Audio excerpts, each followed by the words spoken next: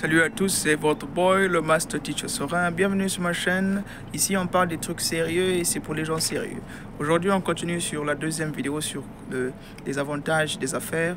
Et aujourd'hui, on va parler de l'entrée, de comment entrer sur le marché international, sur le marché mondial. Vous savez, actuellement, je me trouve au Japon.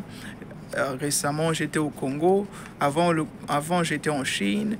Avant la Chine, j'étais au Ghana. Avant le Ghana, j'ai eu à visiter un peu l'Afrique de l'Ouest, enfin un peu partout, là, Bénin, Togo, Côte d'Ivoire. Et donc, j'ai quand même voyagé. Et je vous dis que partout où vous allez, vous retrouvez ces produits que je vais vous citer ici. Par exemple, Lenovo, les marques de computer, des ordinateurs, ça vient de la Chine, hein, des Chinois. HP, des USA, des États-Unis. Dell, les États-Unis. Alors les voitures, on a Toyota par exemple, qui vient du Japon. On a Volkswagen, qui vient de l'Allemagne. Honda, qui vient des États-Unis. Nike par exemple, qui vient des États-Unis, les habits et autrement, et au-delà. Louis Vuitton, de la France. Chanel, de l'Australie. Coca-Cola, les boissons et autres là. Coca-Cola, ça vient des États-Unis. Pepsi, des États-Unis. De la nourriture, par exemple, Nestlé, les laits des petits-enfants là et autres, là, ça vient de Switzerland. Switzerland, je ne sais pas comment on dit ça en français. Vous savez aussi le Quaker, là, les céréales là, ça vient de l'Angleterre. Bien, vous comprenez que tous ces produits, on les voit partout. Maintenant, la question qu'il faut se poser, c'est comment est-ce que ces compagnies-là font pour que leurs produits s'éparpillent dans le monde entier, entrent dans des pays étrangers. Par exemple, le Coca-Cola qui vient des États-Unis, mais on retrouve le Coca-Cola partout. Comment Coca-Cola fait pour qu'il puisse se retrouver partout? C'est ça qu'on va discuter aujourd'hui. Et ça s'appelle les stratégies d'entrée dans le marché mondial. Parce que à l'échelle locale, vous ne pouvez pas réellement, comme j'ai expliqué au début, vous ne pouvez pas réellement devenir super riche. Vous avez besoin, en business, plus vous vendez, plus vous enrichissez. Et donc, il faut chercher plusieurs partenariats, ceci, cela. Et donc, c'est important de connaître les stratégies qu'il faut connaître pour rentrer dans un nouveau marché. Bien, nous allons donc commencer avec ce que tous nous connaissons, ce qui est l'export. L'exportation, on a deux types d'exportation. On a l'exportation directe et l'exportation indirecte. L'exportation veut dire quoi déjà? L'exportation, c'est prendre votre produit, votre marchandise, le mettre dans un bateau et l'envoyer quelque part pour que vous puissiez faire vos ventes là-bas. Maintenant, il y a deux types d'exportation, comme j'ai su le dire. Il y a l'exportation directe, c'est-à-dire que le manufacturer, l'entreprise dirige tout ce qu'il y a comme transaction là pour transporter la marchandise. C'est-à-dire que souvent, l'entreprise a ce qu'on appelle un warehouse, genre comme un dépôt dans les villes où ils veulent envoyer leurs marchandises, et ils ont le contrôle en fait de ce qu'ils envoient, combien ils vont envoyer. Le petit problème qui peut surgir là, c'est que, par exemple, on va prendre un exemple, un cas précis, vous voulez, au Congo, il n'y a pas d'usine de fabrication de ketchup, de la tomate concentrée là. Et donc, ce que vous faites, c'est que vous avez votre usine aux États-Unis. Alors, vous prenez au moins 100 exemplaires, vous envoyez au Congo et dans votre dépôt, et vous commencez à vendre. Mais vous allez vous rendre compte que, mais avec les 100 là, parfois le marché au Congo, comme les gens vont goûter voir votre ketchup là, ils ont senti le goût, vous vous rendez compte que parfois c'est fini en une semaine. Mais par contre, la transaction, pour que le produit parte par bateau, le transport là, parfois ça prend un mois pour arriver. Et donc vous devez encore attendre un mois, et parfois là vous perdez vos clients, vous perdez la clientèle, donc ça devient un peu compliqué. Alors le problème avec le transport direct, c'est que, enfin avec l'exportation, c'est que parfois il y a moins de risques, parce que le seul risque, c'est peut-être parce que vous ne retrouvez pas vos colis à l'endroit d'arrivée au pays où vous voulez l'exporter, parce que peut-être le bateau c'est quoi, chaviré, le bateau a chaviré, ou bien on vous a escroqué au port, ou bien je ne sais pas comment, si vous avez des mauvais agents de transport là. Donc c'est un peu ça les petits risques, mais ça c'est vraiment amoindri. Alors le problème c'est que on fait un business pour le profit, et quand vous faites l'exportation, souvent le budget est limité. Parce que vous ne savez pas si ça peut ou si ça va donner ou ça ne va pas donner.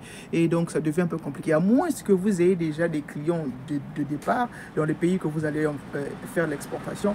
Ils ont déjà payé et là, vous envoyez juste à la demande. Mais là encore, c'est toujours limité parce que vous ne pouvez pas toutefois faire cela à grande échelle.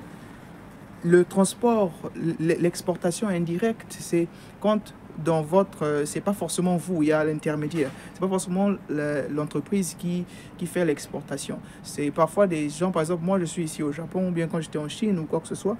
Alors quand j'y vais là-bas, je vois qu'il y a des produits que je peux revendre dans mon pays. J'achète, je dis pas à la personne qui détient l'entreprise que bon voilà, c'est ce que je veux faire avec votre produit, c'est ceci, cela. Moi je voyage avec ça et j'emmène dans mon pays, et donc c'est comme ça que les produits se déplacent. Donc vous voyez que on a fini avec l'exportation directe et indirecte. L'indirect, c'est qu'il y a l'intermédiaire qui est là, qui vous favorise à envoyer vos produits là où vous voulez les envoyer, ou bien à faire votre propagande, mais vous n'avez aucun contrôle de ce qui se passe, ce qui se fait avec votre produit.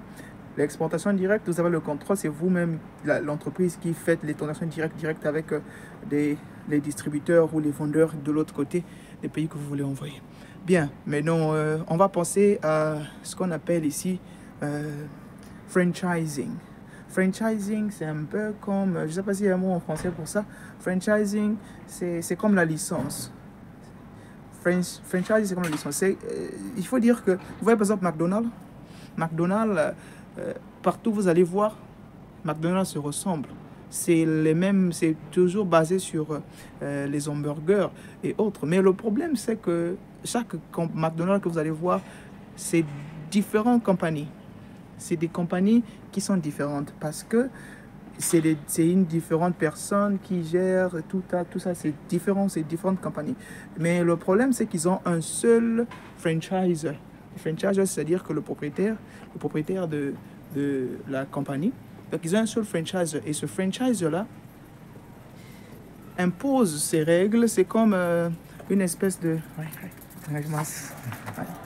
Ce franchisor-là, alors ce qu'il fait, c'est que il écrit un document qui accorde la permission au franchisee, c'est-à-dire celui qui va acheter une partie de son entreprise, et c'est lui qui fait les lois et tout ce qu'il faut faire pour comment ça va se dérouler, la formule pour faire le burger, le logo, le management, la promotion. Donc vous avez le mentorship, sinon la gouverne de l'autre là, de votre franchisor. Maintenant, il y a ce qu'on appelle aussi licensing. Licensing, là, c'est un peu différent de franchising, parce que licensing vient là, vous achetez, mais vous avez quand même le contrôle. C'est la permission qu'on vous donne aussi, mais vous pouvez aller faire à votre façon et autres là. Et vous avez même la possibilité de dépasser même le licensor, la personne qui vous a donné la licence. Mais par contre, avec avec le franchising là, vous ne pouvez jamais dépasser le budget qu'on vous a proposé avec le franchise. Quand on vous fait, avant de sonner là, il y aura beaucoup de bruit. Donc je vais couper pour continuer après.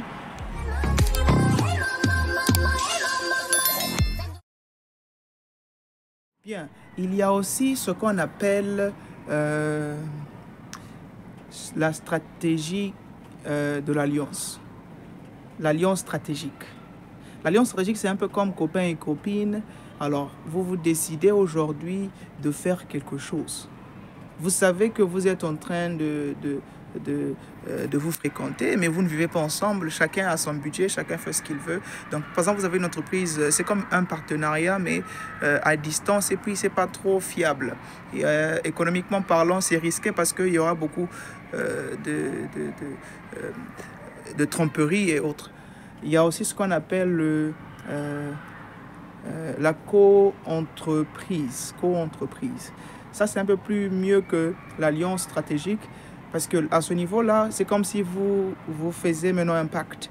Vous rentrez dans le mariage. Vous êtes deux, mais 2 devient 1. 1 plus 1 devient 1. C'est le mariage. Là, il y a maintenant la concentration, il y a maintenant le pacte qui est là. Et donc, vous êtes gagnant-gagnant, 50-50. Vous partagez les finances, vous partagez tout ensemble. Le risque est amoindri quand même. Le problème aussi avec ça, c'est parce que peut-être l'autre va se dire, oh, moi avant toi, j'étais mieux. Ou bien dans mon marché là-bas et autres là. Avant toi, j'étais mieux. Donc, ils vont vouloir avoir mieux que vous. Donc, il y aura toujours aussi ce problème de tromperie, peut-être dans les joint ventures là aussi. Excusez-moi, co-entreprise. Il y a aussi l'acquisition. L'acquisition, c'est quand vous achetez carrément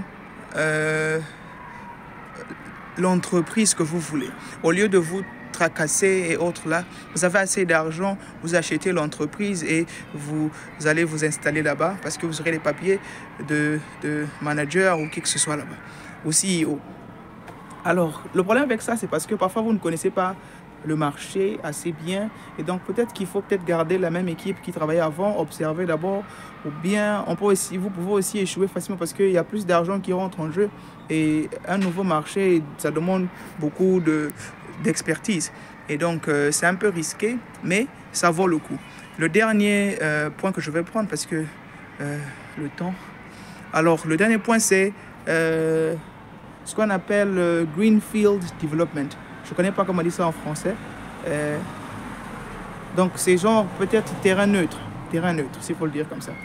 Le Greenfield Development, c'est quand aujourd'hui vous décidez de carrément déplacer votre usine, aller l'implanter dans un nouveau pays. C'est-à-dire que vous n'achetez pas déjà ce qui est là, mais vous achetez le terrain, vous construisez, vous faites la promotion, vous faites le recrutement, vous faites tout ce que vous allez faire à zéro. Vous créez, parce que parfois on ne vous connaît pas là-bas. À moins que si vous êtes une grande entreprise, déjà le nom, par exemple, si c'est les brasseries par exemple, vous êtes une nouvelle bière, bon, vous pouvez toujours faire la promotion, mais vous devez déjà construire la brasserie, faire tout ce que vous devez faire là. Et après, vous allez rendre compte que ça, c'est quand même assez coûteux. Ça, c'est le dernier niveau. C'est plus risqué parce que l'argent que vous allez mettre en place pour construire une usine, ce n'est pas des jeux. Hein? C'est pas des jeux. Et donc, ça, c'est le plus coûteux. Bien, je vais laisser, pour la pratique, je vais laisser un exercice. Vous allez mettre vos réponses pour associer, n'est-ce pas, les définitions de chaque stratégie, de commencer par, bon, ça sera en anglais, vous allez vous débrouiller. Commencez par le direct exporting, indirect exporting, franchising, licensing, acquisition, greenfield development. L'autre là c'était quoi? Bien, vous allez lire là et puis laissez vos commentaires pour pratiquer. Je vais voir si je peux faire la translation pour vous. Bien de choses, à la prochaine. N'hésitez pas à vous abonner sur la chaîne, de partager et de soutenir votre frère pour que cette chaîne aille de l'avant. On est jeunes, on doit apprendre des choses qui vont nous permettre de nous aider demain. C'est important de s'y connaître un tout petit peu. Moi, je ne suis pas un businessman en tant que tel. Je suis enseignant, mais je me permets de partager avec mes frères et sœurs parce que je me dis que c'est important pour nous tous de connaître. On ne finira pas enseignant, on ne finira pas ceci, on ne finira pas cela. Investir, c'est pour tout le monde. L'entrepreneuriat, ce n'est pas pour tout le monde, mais investir, c'est pour tout le monde. Alors, s'il faut investir, il faut connaître comment faire des choix. Et faire des choix demande de l'expertise, la connaissance, des détails. Et voilà, pour faire des bons choix. Bien de choses à voir, à la prochaine.